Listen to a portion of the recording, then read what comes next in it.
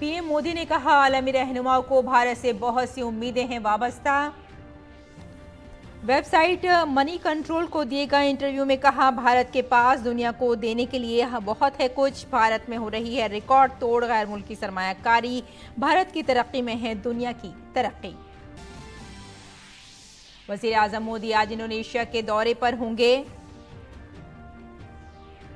Jakarta में Bharat ASEAN सरबराह इजलास में होंगे शरीक। मशरकी एशिया कॉन्फ्रेंस में भी करेंगे शिरकत। कॉन्फ्रेंसों में अहम इलाकाई और आलमी मसाइल पर हो सकती है बात।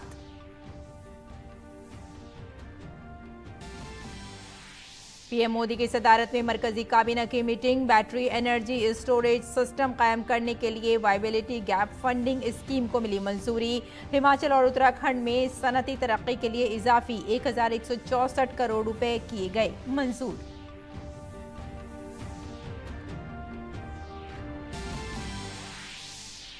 मरकजी हुकूमत की तरफ से एक कौम एक इंतखाब पर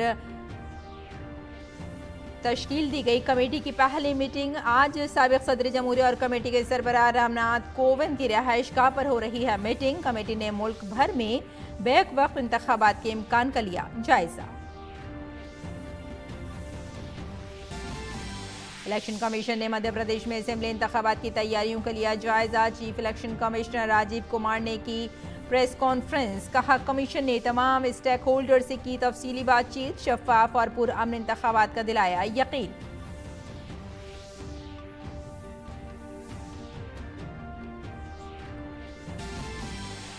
एशिया कप में फाइनल 4 का मैच शुरू। पहले मैच में पाकिस्तान और बांग्लादेश के दरमियान इस वक्त हो रहा है मुकाबला। बांग्लादेश ने टॉस जीतकर पहले बैटिंग करते हुए जल्द गंवा दिए अपने शुरुआती विकेट।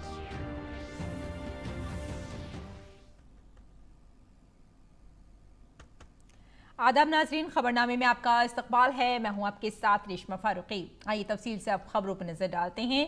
वजीर आजम नरेंद्र मोदी आज शाम इंडोनेशिया के दारुल हुकूमत जकार्ता के लिए रवाना होंगे। इस दौरे के दौरान वजीर आजम आसियान इंडिया चोटी कॉन्फ्रेंस में शिरकत करेंगे। आसियान इंडिया चोटी कॉन्फ्रेंस में भारत आसियान ताल्लुकात की पेशरफ्त का जायजा भी लिया जाएगा और बाहमी ताउन की मुस्तकबिल की सिमत का तयन किया जाएगा। पेश है ये रिपोर्ट। भारत की सदारत में G20 सरबराही इजलास 9 और 10 सितंबर को दिल्ली में मुनक्किद होने जा रहा है। इससे पहले भी वजीर आजम नरेंद्र मोदी कई प्लेटफॉर्म्स पर आलमी रहनुमाओं से अपनी मुलाकातें जारी रखे हुए हैं। हाल ही में जनूबी अफ्रीका में मुनक्किदा ब्रिक्स कॉन्फ्रेंस के बाद इंडोनेशिया में आसियान कॉन्फ्रेंस मुनक्किद हो रही है। इस दौरान आसियान इंडिया समिट का इनेकाद किया जाएगा और मशरकी एशिया समिट का भी इत्माम किया जाएगा।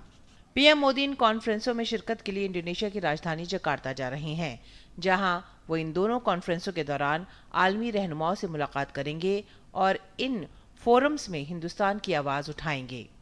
G20 की मेजबानी की मसरूफियात के दरमियान वजीर आजम मोदी अपने इंतहाई मसरूफ शेड्यूल से 7 सितंबर की सुबह जकार्ता पहुंचेंगे, जिससे जाहिर होता है कि मशरकी एशिया के ये ममालिक बशमूल आसियान हिंदुस्तान के लिए कितने अहम हैं। The new East Asia Summit Plan of Action, which was adopted during the East Asia Summit Foreign Ministers meeting in July this year, also prioritizes cooperation in the Indo-Pacific.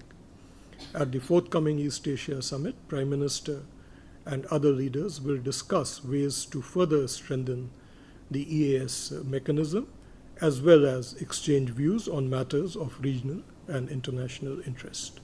पिछले साल PM Modi ASEAN India summit में शिरकत नहीं कर सके थे, इसीलिए साल 2022 में आसियान ममालिक के तमाम अरकान के वज़राए ख़ारजा की दिल्ली में हिंदुस्तानी वज़ीर ख़ारजा एस जयशंकर के साथ मीटिंग हुई, जिसमें बाहिमी ताउन के 17 नुकाती एजेंडे को हतमी शक्ल दी गई। आसियान ममालिक के साथ साथ हिंदुस्तान के सबसे बड़े एजेंडे में आज़ाद तिजारती मुआहदे पर नज़रसानी को नाफिज करना भी शामिल है। हिंदुस्तान और आसियान ममालिक ने साल 2025 तक FTA का जायजा मुकम्मल करने का हदफ मुकर्रर किया है। The theme of their chairship is ASEAN Matters, Epicentrum of Growth. Within this framework, Indonesia organized a flagship event, ASEAN Indo-Pacific Forum, to implement ASEAN Outlook on the Indo-Pacific. This is an event which is focused on increasing connectivity of ASEAN to the Indo-Pacific by involvement of businesses and industry. So it's a track 1.5 event which they have organized. Hindustan और ASEAN के दरमियान 25 साल की dialogue partnership, 15 साल की सरबराही सतह की बातचीत और 5 साल की स्ट्रैटेजिक शराकतदारी तय है। अगर हम आदाद शुमार पर नजर डालें तो हिंदुस्तान और आसियान के दरमियान ताउन तेजी से आगे बढ़ रहा है, इसीलिए इसमें अब भी बहुत से इम्कानात मौजूद हैं। आसियान हिंदुस्तान का चौथा सबसे बड़ा तिजारती शराकतदार है। आसियान से बरामदात भारत की कुल बरामदात का तकरीबन 11.28% हैं। आसियान इंडिया कोऑपरेशन फंड बराए ताउन भारत और आसियान के दरमियान आसियान इंडिया साइंस और टेक्नोलॉजी डेवलपमेंट फंड और आसियान इंडिया ग्रीन फंड कायम किया गया है। गुज़िश्ता चंद सालों में जिन शोबों में हिंदुस्तान और आसियान ममालिक के दरमियान ताउन को तेजी से आगे बढ़ाने पर इत्तफाक़ राय किया गया है, उनमें समुद्री ताउन, सियासी सलामती, दिफाई सलामती, हिंद बहरुल काहिल जैसे शोबे शामिल हैं। अगर हम आसियान तंजीम की बात करें, आसियान जनूब मशरक़ी एशियाई ममालिक की एक तंजीम है। ये तंजीम एशिया पैसिफिक के 9 आबादियाती ममालिक के दरमियान बढ़ती हुई कशीदगी के दरमियान सियासी और समाजी इस्तेहकाम को फ़रोग़ देने के लिए कायम की गई थी। इन ममालिक में Brunei, Cambodia, Indonesia, Laos, Malaysia, Myanmar, Philippine, Singapore, Thailand और वियतनाम शामिल हैं। आसियान के 3 सतून हैं, जिनमें ASEAN political security community, ASEAN economic community, ASEAN समाजी सकाफती बिरादरी पर मुश्तमिल हैं। आसियान देशों के साथ में मुक्त व्यापार समझौते को आगे बढ़ाने की बात हो या फिर इस पूरे इलाके में फ्री नेविगेशन से लेकर तमाम मसलों पर आपसी समझ को आगे बढ़ाना, ये दर्शाता है कि भारत के इन तमाम देशों के साथ में संबंध एक नई ऊंचाई की ओर बढ़ते दिखाई पड़ रहे हैं। मौजूदा प्रधानमंत्री के इंडोनेशिया दौरे से भी इन संबंधों में एक नई ऊंचाई देखने को मिलेगी। अपने सहयोगी अमित साहू, कैमरामैन संजय जैना के साथ मैं Aryan Pratap Singh, Jakarta, Indonesia. ASEAN Bharat summit और ईस्ट एशिया समिट कल से इंडोनेशिया के शहर जकार्ता में होने वाली है। वजीर आजम इस कॉन्फ्रेंस में शिरकत के लिए आज इंडोनेशिया जा रहे हैं। एक साल के अंदर वजीर आजम का इंडोनेशिया का ये दूसरा दौरा है। वजीर आजम मोदी के इस दौरे के सिलसिले में जकार्ता में मौजूद भारत निजात अफराद में जबरदस्त जोश व खरोश है। हमारे नुमाइंदे आरेंद्र प्रताप ने जकार्ता भारत निजात से खास बातचीत की। इंडोनेशिया में बहुत बड़ी संख्या में भारतीय समुदाय के लोग भी रहते हैं और किस प्रकार से तमाम भारतीय समुदाय के लोगों ने भारतीयता को यहाँ पर समाहित करके रखा है। हमारे साथ तमाम भारतीय लोग मौजूद हैं, उनके साथ हम बात करने की कोशिश करेंगे। आप देख सकते हैं बड़ी संख्या में यहाँ पर पुरुष हैं, महिलाएं हैं, बच्चे भी आए हुए हैं, सभी ने भारतीय परिधान पहने हुए हैं। मैम, एक तो आपके हाथ में प्रधानमंत्री मोदी जी की ये तस्वीर है और उसके अलावा आपने ये पेंटिंग भी बनाई हुई है। प्रधानमंत्री मोदी जी की तस्वीर आपके हाथ में क्यों है? क्योंकि लास्ट टाइम वो 2022 में आए थे बाली में और मुझे बहुत प्रभावित किया, तो मैंने उनकी पेंटिंग बनाई। और इस पेंटिंग के बारे में बताइए। ये जो बाली के कल्चर सेम ही होता है और ये प्रोसेसन निकल रहा है और ये भगवान मतलब ऑफर करते मंदिरों में। दोनों कल्चर में, दोनों सभ्यता और संस्कृति में बहुत सारी समानता है। यहाँ के लोगों में रग रग में रामायण और महाभारत भरी है। उन्हें रामायण के कई कैरेक्टर्स और महाभारत के कैरेक्टर्स के बारे में बहुत अच्छी जानकारी है। कई बार ऐसा लगता है कि शायद हमसे ज्यादा जानकारी है। और कई लोग ऐसे हैं जिन्हें संस्कृत की भी काफी जानकारी है। भारतीय समुदाय के लोगों को यहाँ के लोगों ने बहुत अच्छी तरह से एक्सेप्ट किया है।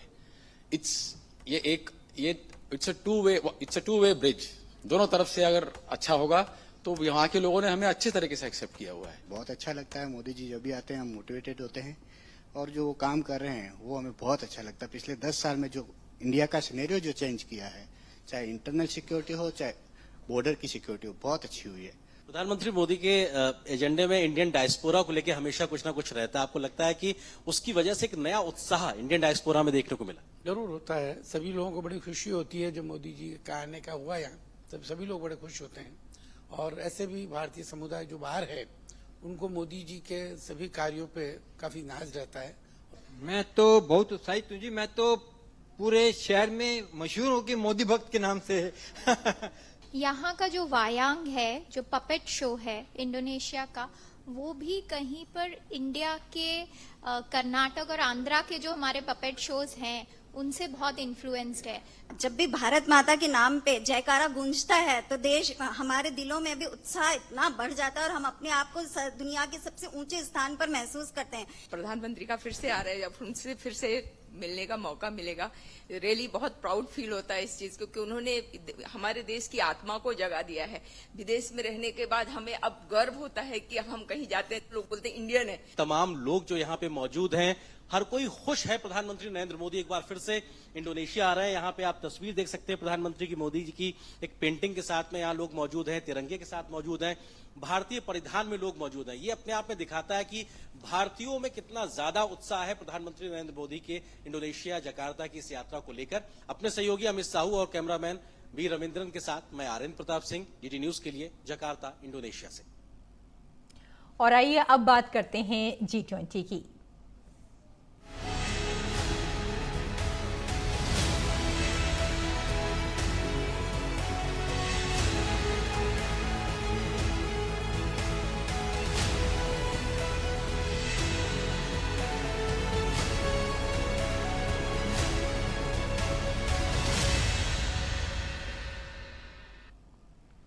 नई दिल्ली में मुनक्किद होने वाले G20 सरबराह इजलास से कबल वजीर आजम मोदी ने एक निजी वेबसाइट को इंटरव्यू देते हुए कहा कि G20 के लिए भारत के एजेंडे का पूरी दुनिया में खैर मकदम किया जा रहा है, क्योंकि सब जानते हैं कि हम आलमी मसाइल का हल तलाश करने में अपने फ़ाल और मुस्बत रवैये से आपकी मदद कर सकते हैं।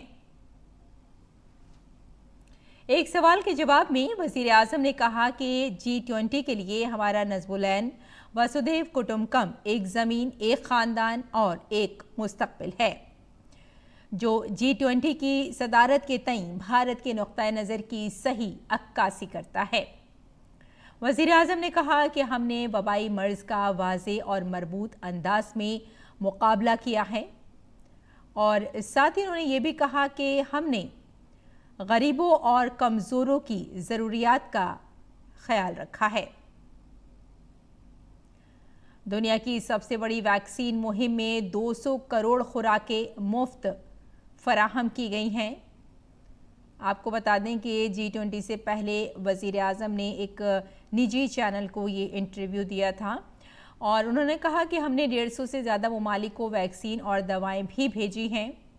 इसके साथ ही वज़ीर आज़म नरेंद्र मोदी ने कहा कि भारत, इंडोनेशिया और ब्राज़ील तरक्की पजीर ममालिक के साथ मजबूती से खड़े हैं। ये तीनों ममालिक दुनिया के तमाम तरक्की पजीर ममालिक की आवाज़ बनेंगे। वज़ीर आज़म ने कहा कि हुकूमत ने मुल्क में सबका साथ, सबका विकास, सबका विश्वास, सबका प्रयास के नुक्ता नज़र पर अमल किया है। वज़ीर आज़म ने कहा कि इस नुक्ता नज़र ने पूरे मुल्क को तरक्की के लिए हौसला देने और तरक्की को मुआशरे के आखिरी पायदान तक ले जाने में बहुत अहम किरदार अदा किया है। वज़ीर आज़म ने कहा कि भारत की तरक्की क्लीन एंड ग्रीन डेवलपमेंट है, जिससे आलमी तरक्की को फ़रोग़ देने में मदद मिलती है। वज़ीर आज़म मोदी ने कहा कि जबकि 2024 में आलमी तरक्की में सुस्त रवि का अंदेशा है, IMF और rating agency Moody's investor services जैसे बैनुल-अक़वामी इदारे भारत को आलमी मईशत में एक चमकते हुए सितारे के तौर पर देख रहे हैं। इस इंटरव्यू में वज़ीर आज़म नरेंद्र मोदी ने इस बारे में भी बात की कि किस तरह मुख्तलिफ ममालिक को महंगाई से निमटने के लिए मिलकर काम करने की ज़रूरत है।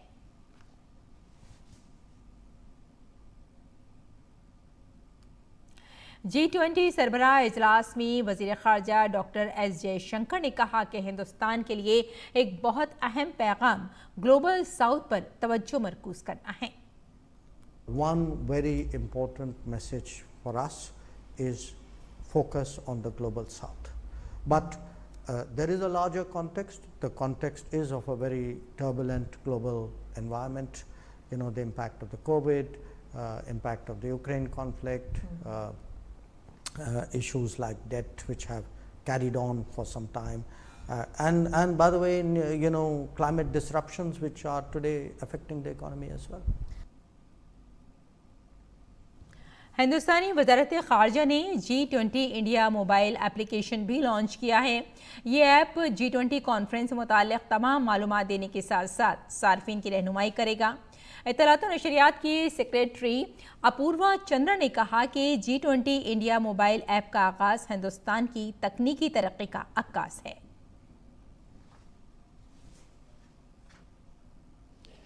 भारत ने डिजिटल इंडिया के अंदर पूरे विश्व के लिए जो उदाहरण पेश किए हैं उसको दिखाना हमारे लिए, माननीय प्रधानमंत्री ने जैसी सूचना करी उस हिसाब से हमने G20 के समिट में, चाहे वो हॉल 4-5 हो, वहाँ पर जो है हमने 2 एग्जिबिट लगाए हैं। एक RBI की तरफ से डिजिटल पेमेंट्स के बारे में, जिसके अंदर ई करेंसी जो ई रुपी RBI ने शुरू किया है, साथ ही सिंपल क्रेडिट सिस्टम्स हैं, ई वॉलेट है जो कि टूरिस्ट यूज़ कर सकते हैं, या फिर जो है ट्रांस बॉर्डर पेमेंट्स हैं जो कि NRIs यूज़ कर सकते हैं। इस तरह की चीज़ों को उन्होंने वहाँ दर्शाया है। ऐसे ही डिजिटल जोन एक बनाया गया है जहाँ पर जितनी भी हमारी उपलब्धियाँ हैं, चाहे वो हेल्थ के अंदर हों या UPI की है या आधार की है, जो और इस तरह की सब उपलब्धियों को वहाँ पर दिखाया गया है, दर्शाया गया है। एक वहाँ पर एग्जीबिशन भी लगाई गई है जो कि टेक्सटाइल्स की और हमारे हैंडीक्राफ्ट्स के बारे में है। ये जो एग्जीबिशंस हैं ये सब मीडिया को और सारे डेलीगेट्स के लिए वहाँ देखने के लिए वहाँ रहेंगी। और एक ये भी प्रयास किया गया है कि जो डेलीगेट्स आ रहे हैं उनको UPI वैलेट में कुछ रकम, छोटी रकम दी जाए, जिससे कि वो एक्सपीरियंस कर सकें कि हमारा डिजिटल पेमेंट सिस्टम कितना उत्कृष्ट है, कैसे कितनी सरलता से विद इन अ सेकेंड्स आप पेमेंट कर सकते हैं, कुछ खरीदारी कर सकते हैं। और नई दिल्ली में G20 सरबराह इजलास की मेज़बानी के लिए पूरी तरह इस वक्त तैयार है दिल्ली। साथ ही कौमी राजधानी में भी सिक्योरिटी के इंतजामात सख्त कर दिए गए हैं। दिल्ली पुलिस ने सरबराह इजलास से पहले आज फुल ड्रेस रिहर्सल की। दिल्ली पुलिस G20 अपडेट्स के लिए मैसेजिंग ऐप का इस्तेमाल भी कर रही है। और दिल्ली मेट्रो खिदमत 8 से 10 सितंबर तक G20 सरबराह इजलास के दौरान सुबह 4 बजे से शुरू होंगी। कॉन्फ्रेंस में शिरकत करने वाले आम लोगों, पुलिस एहलकारों और मुलाजमीन की सहूलत के लिए इन 3 दिनों के लिए ये खिदमत जल्द शुरू कर दी जाएंगी। मेट्रो खिदमत सुबह 4 बजे से शुरू होंगी और 30 मिनट के वक्फे से दस्तयाब होंगी। सुबह 6 बजे से मेट्रो अपने पुराने मुकर्ररा वक्त से चलाई जाएगी। कॉन्फ्रेंस के दौरान सुप्रीम कोर्ट मेट्रो स्टेशन के अलावा बाकी तमाम मेट्रो स्टेशन खुले रहेंगे। दूसरी जानिब सुप्रीम कोर्ट, पटेल चौक, RK आश्रम मार्ग स्टेशनों पर पार्किंग 8 सितंबर की सुबह 4 बजे से 11 सितंबर को दोपहर 12 बजे तक बंद रहेगी और इसके अलावा दीगर स्टेशनों पर पार्किंग की सहूलत दस्तयाब होगी।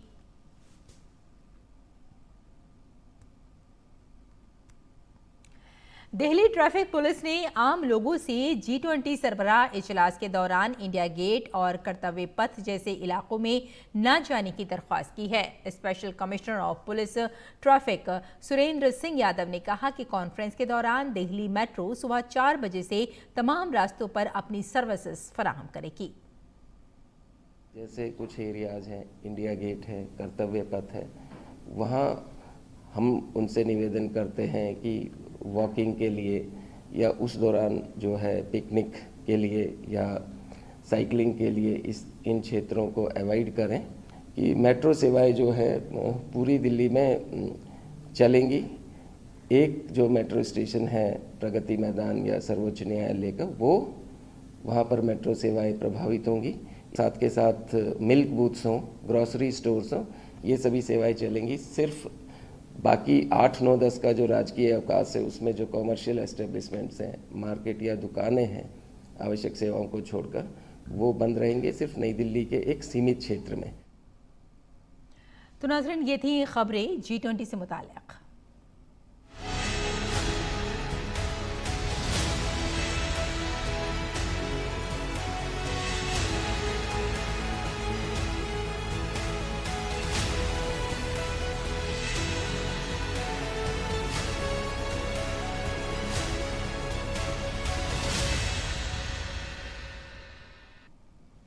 खबरों में आगे बढ़ते हैं। मरकजी इत्तलात और नशरियात की वजीर अनुराग सिंह ठाकुर ने वजीर आजम नरेंद्र मोदी की सदारत में हुई काबीना की मीटिंग में लिए गए फैसलों के बारे में जानकारी दी।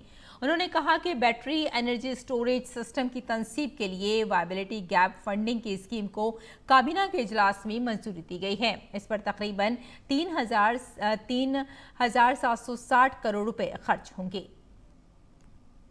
बैटरी एनर्जी स्टोरेज सिस्टम की स्थापना के लिए वायबिलिटी गैप फंडिंग की योजना की स्वीकृति की गई है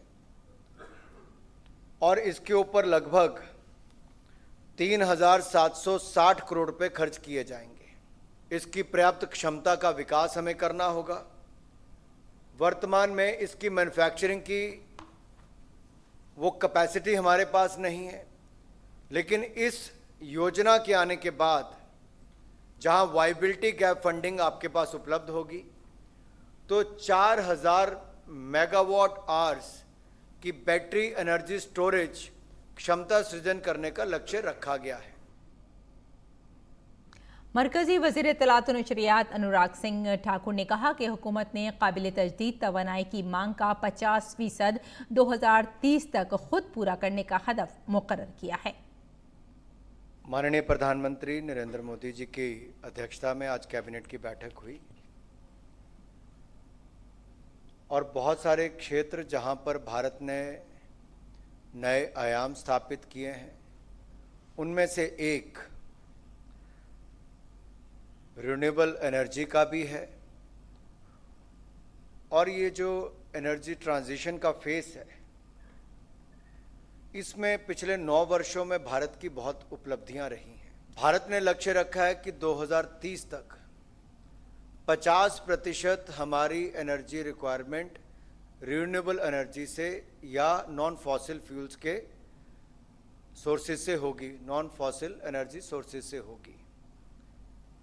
इसके प्रति भारत सरकार की प्रतिबद्धता भी है और समय से पहले हमने बाकी टारगेट्स भी पूरे किए।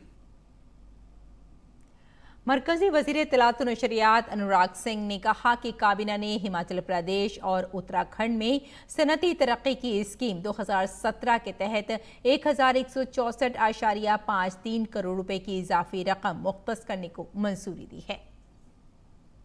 इंडस्ट्रियल डेवलपमेंट स्कीम IDS 2017 लेकर आए, जहां हिमाचल उत्तराखंड को उसका लाभ मिला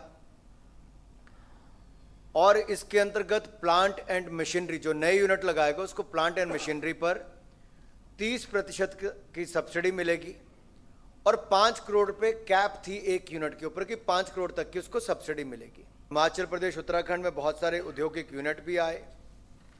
कुल मिलाकर लगभग 774 यूनिट उस समय सीमा के अंदर अपनी रजिस्ट्रेशन करवा पाए।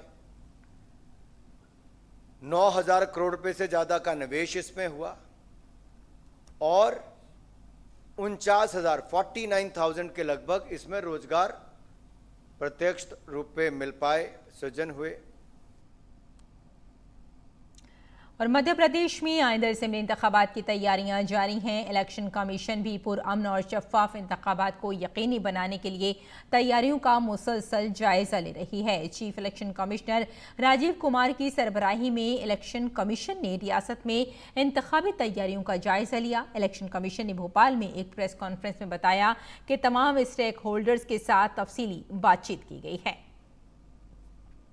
हमने आपसे मुलाकात की, बीएसपी, बीजेपी, सीपीआईएम और इंडियन नेशनल कांग्रेस, इनके पदाधिकारी और प्रतिनिधिगण हमसे मिलने आए। सबकी कंबाइंड मिला के मांगे ये थी कि एक ही परिवार के सदस्यों का मतदान केंद्र मोस्टली एक ही जगह पर हो, टूटे ना। पूरे चुनाव के दौरान धन बल को और बाहुबल को, जिसमें धन बल में शराब का वितरण या ड्रग्स का वितरण या फ्रीबीज का वितरण है, उसको रोका जाए। ईवीएम्स की फुल प्रूफ सिक्योरिटी की जाए। फेक न्यूज़ का एक माहौल बनता है, सभी चुनावों में नैरेटिव्स क्रिएट होते हैं, उन पर रोक लगाई जाए। जो इलेक्शन ड्यूटी में पर्सनल हैं, जो हमारे स्टाफ लगते हैं, उनको पोस्टल बैलेट की सुविधा है। उनको ये व्यवस्था की जाए कि वो फैसिलिटेशन सेंटर में ही अपना वोट डालें और अपने वोट को घर ले जाके वहां से पोस्टल बैलेट डालने की सुविधा बंद की जाए, ऐसी उनकी मांग थी। Chief election commissioner Rajeev Kumar ने कहा कि कमीशन मुंसिफाना और पुरअमन इंतखाबात के लिए तमाम इक़दाम कर रही है। निर्वाचन आयोग किसी भी चुनाव को पूर्ण तरीके से निष्पक्ष, स्वतंत्र और ट्रांसपेरेंटली कराने के लिए प्रतिबद्ध है। हमारा ये भी प्रयास है इस चुनाव में कि जितने भी वरिष्ठ नागरिक हैं, persons with disabilities, transgenders, particularly vulnerable tribal groups, और जहां भी कोई वल्नरेबिलिटी है या डिसएडवांटेज है, उनको पूरा करके समावेशी तरीके से इलेक्टरल रोल को तैयार करें और साथ ही साथ सबको वोटिंग के लिए प्रेरित कर बाहर लेकर आएं।